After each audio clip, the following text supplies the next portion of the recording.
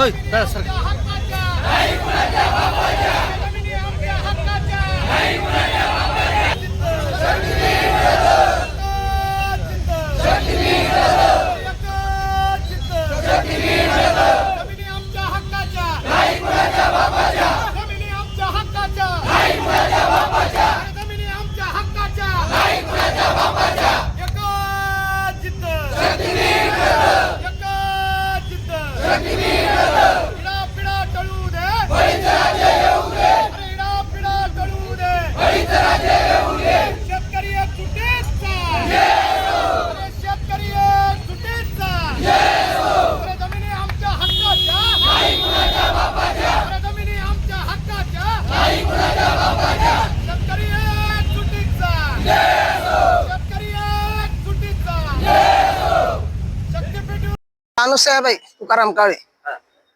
आम्ही कष्टानं जमीन कमिवली. आमचा एवढा परिवार आम्ही कुठे घेऊन जावं?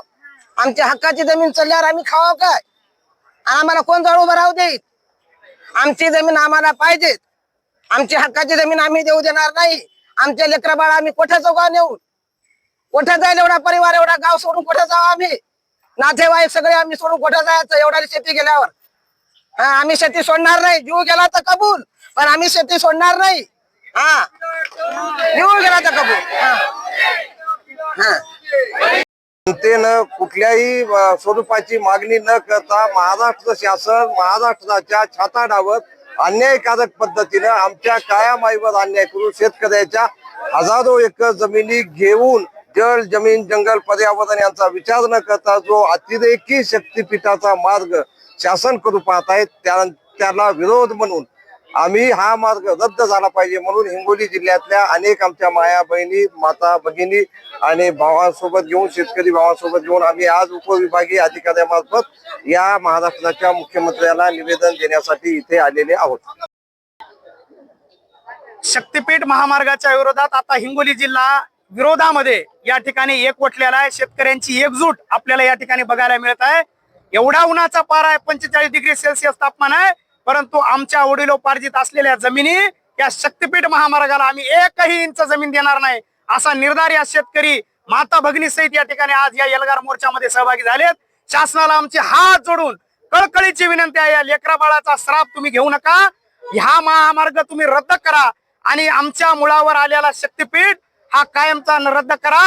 अन्यथा हा शेतकरी ज्या दिवशी रस्त्यावर उतरेल त्यावेळी त्या दिवशी उद्रेक झालेला असेल आणि म्हणून हा या ठिकाणी आमच्या शेतातला 1 ढेकूळ सुद्धा 1 इंच जमीन सुद्धा या शक्तीपीठाला आम्ही देणार नाहीत अशा प्रकारचा निर्धार आणि शपथ आता हिंगोली जिल्ह्यातल्या शेतकऱ्यांनी घेतलेली आहे. हा इशारा शासनानं समजून घ्यावा.